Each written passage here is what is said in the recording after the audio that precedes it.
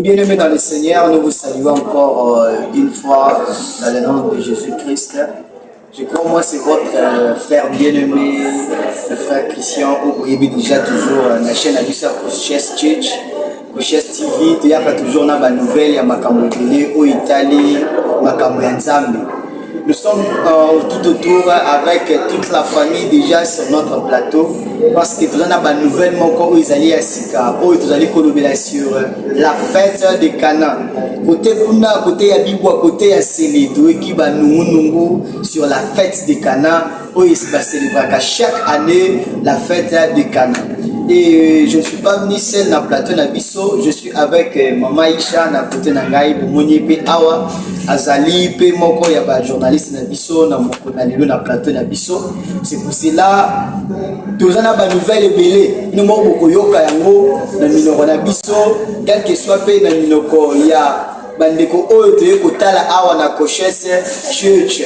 Sans plus tarder, nous avons notre père aussi, le représentant des gars de la communauté, le prophète Tupaka Kachala, oyo akomeka kotalisa biso oyo etali makambo ya fête de Cana. Tout le monde déjà dans ma émission oyo ici l'équipe batubele balobi que non, la fête de Cana euti wapi, est-ce que ça recommandation?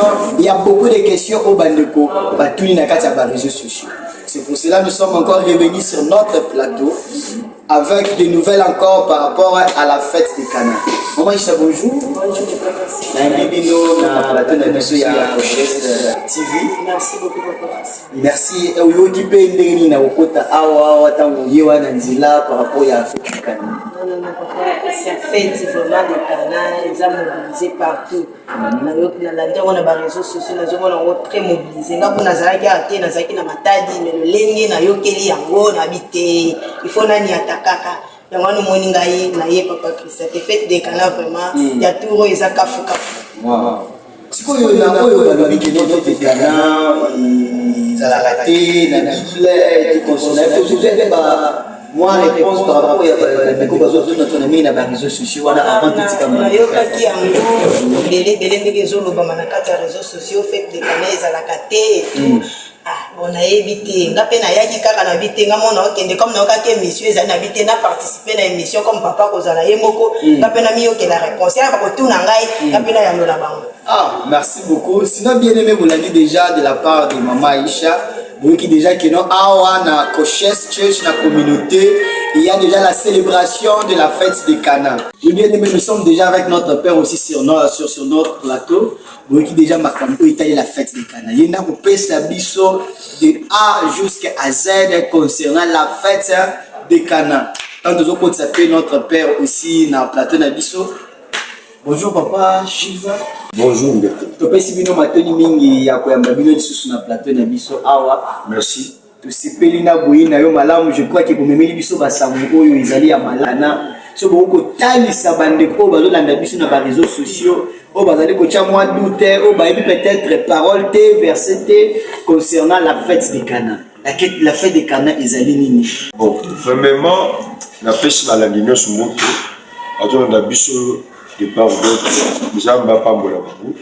Et puis, Nako, Nipsa, peuple congolais, Bakwaza, l'Afrique, la Tunisie, la Belgique, la France, et tous les Congolais, la fête de Cana, Kanezali, l'Isolo, Yalibosote, Bissone Tozobeta. Non, c'est Dieu, Tangwa Bilisi, Israël, Alobi,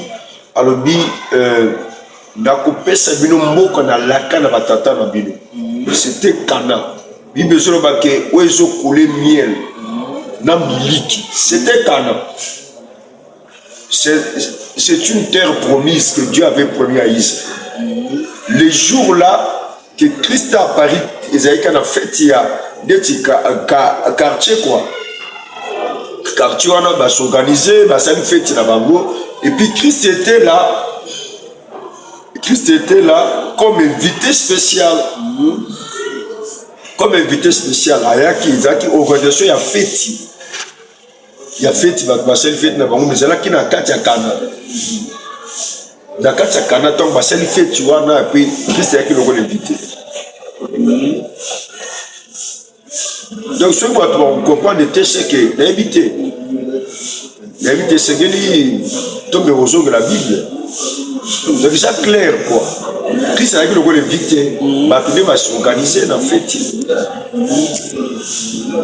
Il y a quelque chose de trop choses amis. Si je comprends bien, c'est que biso tozoko célébrer l'indépendance. La biso na ndenge tozaki ba umbu na kati ya lipa ya pharaon. Na ndolenge ba bimisi biso komaki lokola tokomi ko libre. Ko ya wonde biso tozoko célébrer. Canaan est terre promise. Terre que Dieu nous a promis. Et en effet, que terre promise, Christ était venu comme miel, comme lait. Lui-même était à Paris, là. Tous ces gens, ce sont des chrétiens. Mouto a organisé qui fait tuer Nazareth. Mais quand nous avons terre promis, que Dieu a promis à Israël. A promis à Israël. Mais arrivé que c'était Christ nous-mêmes qui est l'onction, qui est le lait. C'est lui-même qui est devenu comme le lait, comme l'onction. Je crois que moi, il y a une question. Est-ce que la fête de Cana est une recommandation de la part de Dieu, de Jésus-Christ, ou bien c'est seulement une organisation de la communauté? Non. D'abord, ce que tu dis que une recommandation, ce que une organisation, on va répondre de Boé. Joël avait prophétisé. Joël a prophétisé que vos filles et vos fils prophétiseront. Lorsque Joël a prophétisé, Christ n'était pas encore là. Jésus a quitté. Après, il soit accueilli par le prophète. Mais ça demandait à Pierre. Dans Acte 2, nous sommes au temps de la Bible. Joël a prophétisé, l'esprit était permanent. C'est Pierre qui a organisé l'organisation et Acte 2 premier. Qui a fait ça pour se nommer la Pentecôte. Mais tu vois, c'est transformé par renouvellement de l'intelligence, on comprend quelle est la fête. C'est l'organisation. Mais l'esprit était permanent. Même hier, c'est Kazali, ceux qui ont bien Vanda, a se nommé la Pentecôte. L'esprit sera là. Il y a un moment où c'est bon que thème de M. Zali, troisième heure du jour. Oh, bah, comprenez qui t'es. Donc, c'est une organisation qui a fait des canaux, bah, tout m'a organisé qui fait. Organiser fête pour selon révélation bazouaki. Mais et arrivé pour la fête, Christ était là. Ayaki Lokola, invité spécial. Mais bah, tu vas dire que ça qui bat tout le abisso. Tu vas dire pour toi la molie motion, tu organiser fête. Mais Christ a seulement le invité spécial. Il y a un monde qui s'est organisé. Ayaki. Parce que tu comprenez que tu organisé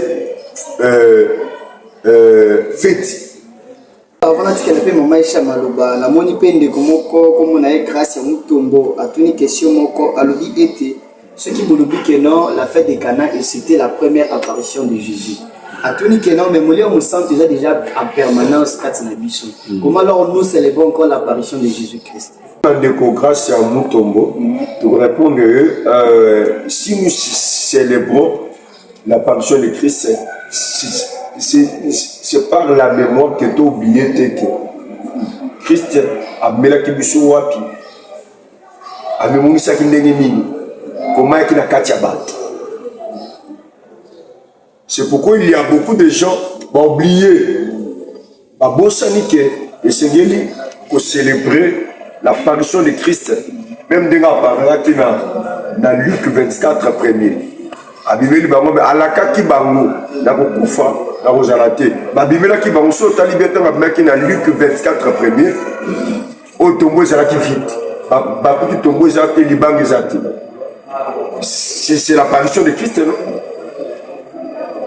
abimeli bango mais pourquoi basi tomba ekotala babengaki banani basi babengaki bapôtre bakibenga ba Pierre babengi banani baya bah été belé.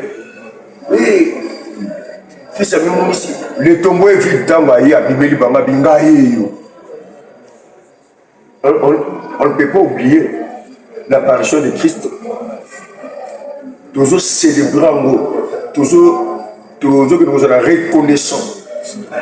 Reconnaissant. La commune de Sadaï, il y a les bourseaux. Et les apéchés.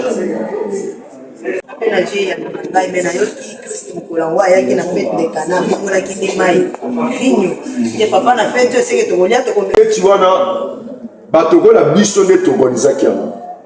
Mais le problème c'est là qui a Mouto Azoya, l'invité spécial. Yé takoye bani ya kusala na mission de sur l'invité au Tikani.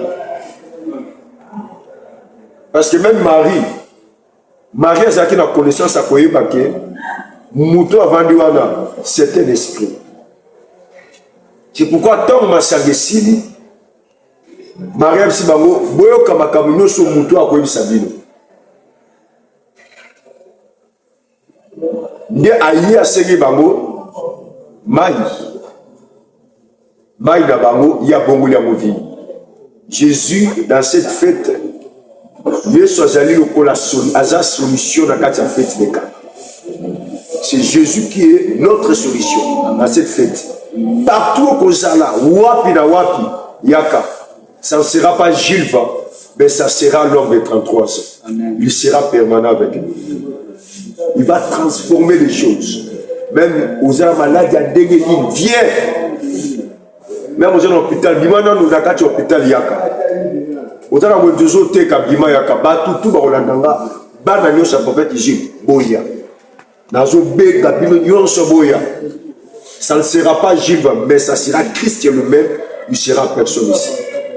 Parce que nous célébrons son apparition. Il est parmi nous. Bateau d'organisation qui va quitter, mais nous collons à 6 points de ma côté. Parce que Bazaki l'intelligence c'est possible, mais la fête. C'est un peu ça. Il y a pour concernant la fête de Cana, je crois que Oyo Isengela qui tombe la bino na mokonalelo par rapport à la fête de Cana. On nous a bien dit que la fête de Cana c'est la première apparition de Jésus-Christ. Donc je peux dire encore, selon Nena Yokel, c'est comme un témoignage que nous présentons auprès de son peuple ou bien de païens que non, Mokolowanande Mokoloye soit ça qui a toujours célébré. Qui veut dire le 20 au Bango va changer qui va l'endenge père a expliqué biso malade na yoko bon en guérison. Ce que vous avez stérile au bota.